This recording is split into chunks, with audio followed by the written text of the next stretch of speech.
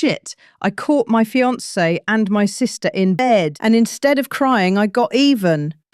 At our wedding, in front of everyone. Here's how I turned heartbreak into revenge. I'm Alyssa Jordan, 29, bridal stylist. Raised in North Carolina, but I moved to Atlanta for love.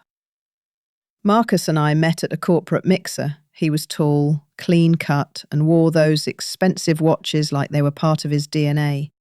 And he made me feel seen, like the only woman in a crowded room. We dated for 3 years, lived together for 2, and after a dreamy proposal in Paris, I thought I had it all, the career, the man, the future. But what I didn't know was the betrayal. It had already started, with someone I never saw coming.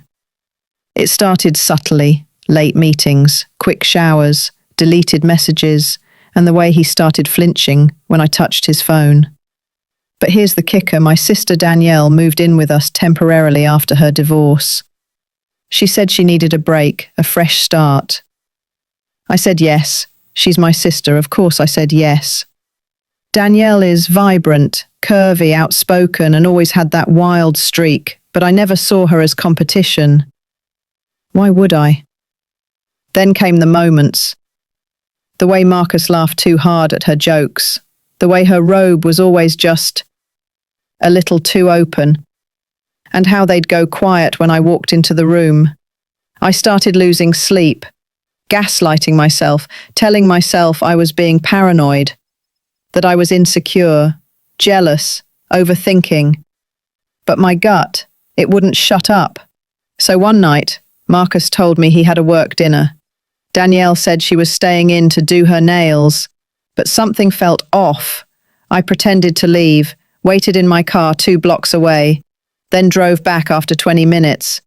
Danielle's car was still in the driveway, and when I walked inside, they weren't even in the bedroom.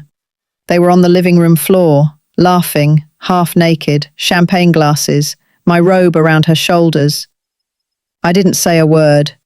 I didn't cry. I just turned around, went straight to my best friend Jada's house.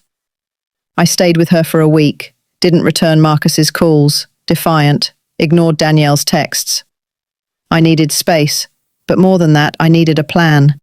I knew they'd lie, say it was a one-time thing, say they were drunk, that it didn't mean anything. But I wasn't looking for an apology. I wanted to burn the house down. So I kept the wedding on, did the dress fittings, sent the invitations, smiled through every lie. Meanwhile, I planted recording devices around the apartment, in the living room, bedroom, even Danielle's bathroom kit. Within 2 weeks, I had everything. They're laughing at me, calling me clueless and boring. Marcus says, "She's a great cover, but she's not exciting like you. I'll be home late, babe. Got a client dinner." Smug. Relax. She's clueless. You know she'll never suspect us.